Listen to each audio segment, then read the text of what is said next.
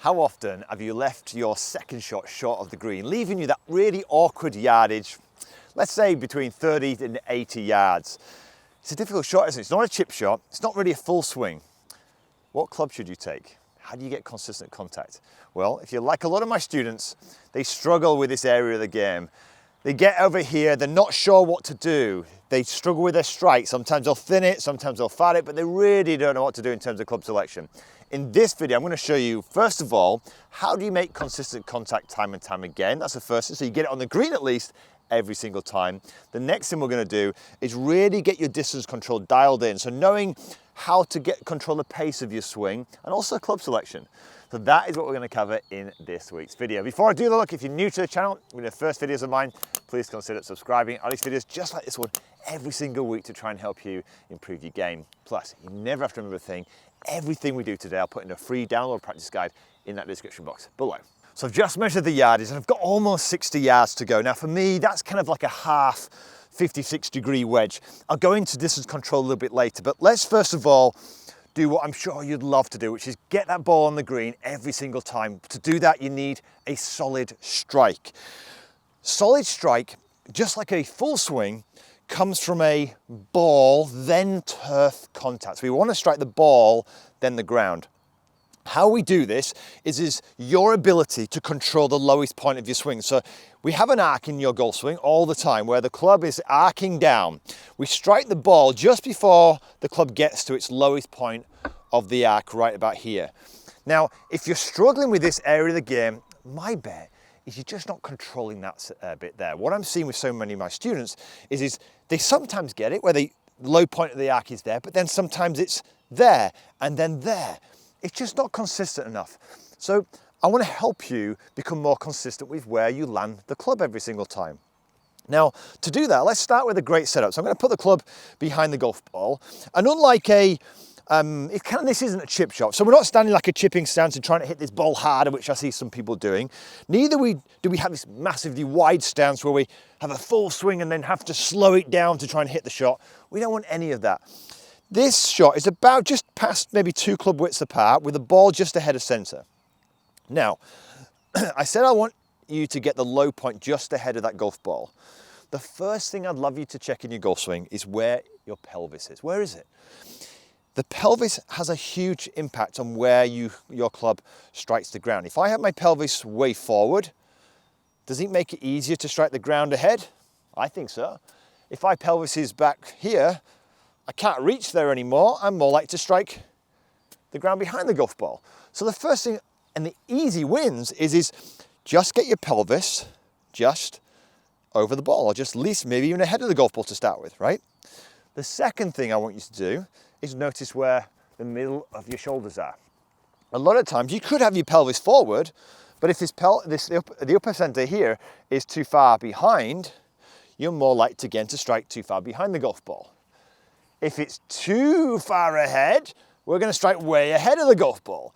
So I like to have it, particularly with the pitch shots, which is what's slightly different to full swing, I have it right stacked on top. And the easiest way you could kind of check this for yourself, just grab a club, hang it there on the middle of your sternum, look where your pelvis is, look where your middle of center is, and just maybe just hang them just a little bit, just slightly ahead of that golf ball. It's a real simple checkpoint. Now, once you've got those in place, make some swings. Simply make some swings, paying attention to where your club is landing relative to that golf ball.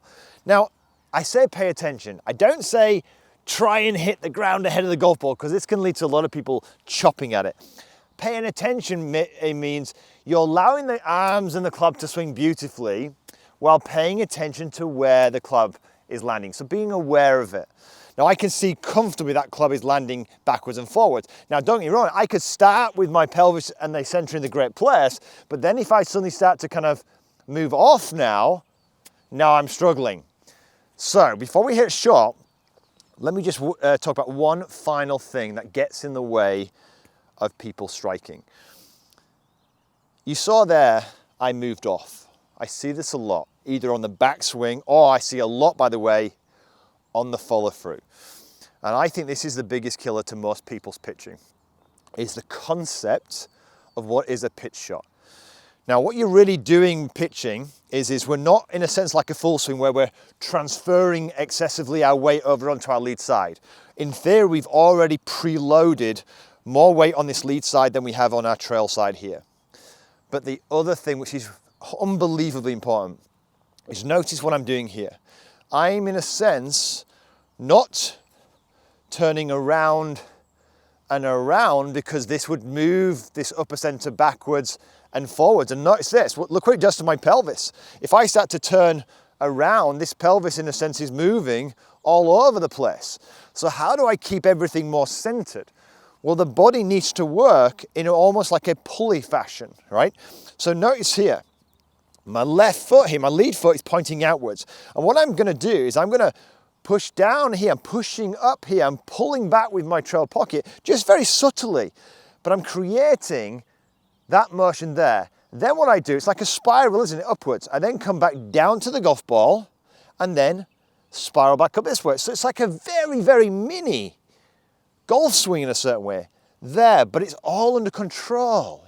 It isn't, look, this motion. And this is really, really important, because what this will do, if I keep this motion here, that's a simple way of keeping my pelvis and my center on top of one another.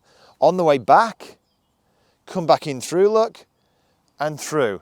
Notice, unlike a full swing, I might do this and then this. Now suddenly they get separated. That's great for lag and power, but I don't want you to do that with your pitch shots. So let's have a look at this in action. I'll show you my routine to go through this for strike, and then we'll talk about distance control. So I've got the ball position just ahead of center here. I've got making sure that they're all in a line, get myself set, and then I'm kind of, in a sense, finding that kind of visualization where my lead knee is going forward, my trail pocket's pulling back here, and I'm spiraling up. Then look, I'm not sliding and separating these now. Look where that dot's gone. I'm basically coming back to where I started and through. Now this is something that you can do indoors, just practice, in a sense. 1, 2, 3. And then obviously we want to merge these into a flowing motion. Makes sense? So everything now becomes much, much more 1 and 2. 1 and 2. Let's have a look at this in action.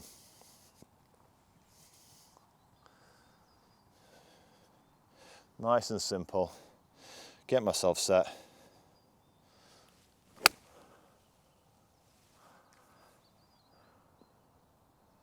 Super, super simple. And you'll notice here, I struck the ball, then the ground, and my divot is very, very shallow. Very, very shallow. This ground is incredibly soft. I'm not going deep into that turf here. So even though I struck the ball, then the ground, look, I haven't gone like this. So why is that divot shallow? Because look, 1, 2, I strike the ball before it gets to the lowest point of the arc, and then look, 3, the club comes beautifully out of the ground because of the way I'm moving my body. And this is how I want you to be. This is how you get consistency. Moving around and around is where a lot of the problems start. So let's move on to distance control. Now, distance control is so much easier now you've got a solid strike. The first step I want you to do to get distance control is have a great rhythm. So the rhythm comes from a swing that is 1 and 2. And notice what I'm doing here. I am swinging, I am collecting the golf ball on the way.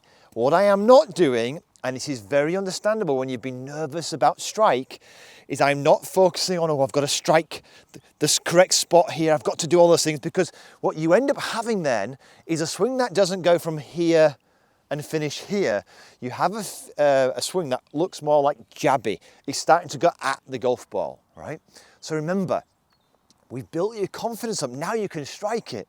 You can commit now. Look at this. You can commit. You've set everything up here. You've got that body working correctly. Now you can start to use the rhythm to control your distance. Look at this. 1 and 2. Yeah, so I'll get myself set here. Let's clean this club off a little bit. That's one thing that will help you distance control. This is the first stage. Get the rhythm to match what you've just been doing.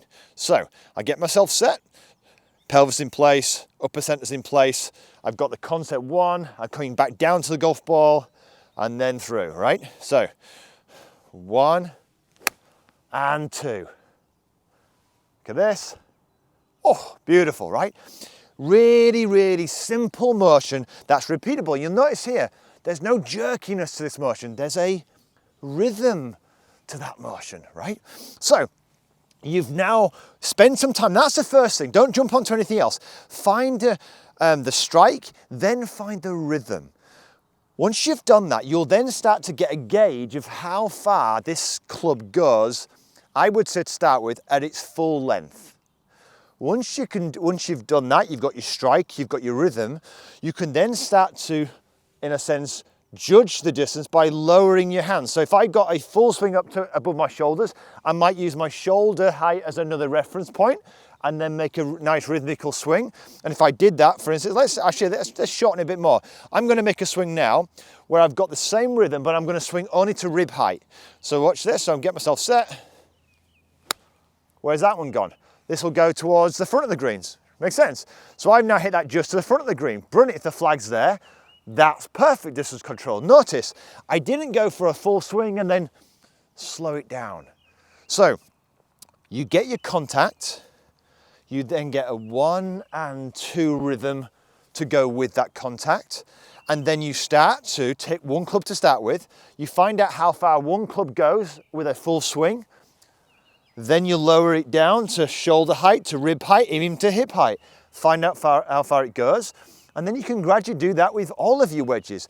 And then when you measure your yardage, you will have a very clear idea of exactly what to do from this area. So you get your contact, you then add the rhythm, you then start adding the length to one club, and then you build it out into your bag. And I promise you, if you do this and you're systematic with this, you're gonna be loving pitching just like I do. Hope you enjoyed this video. If you did, give it a thumbs up. Maybe share it with one of your friends who's struggling around this area of the green. It's a real killer for a lot of people. It can ruin a lot of scorecards. Remember, I put a free downloader practice guide in that description box below. I'll put a video here if you're struggling with your iron striking, because this what we're doing here can be leaking to your full swing too. But until next week, have a wonderful golfing week.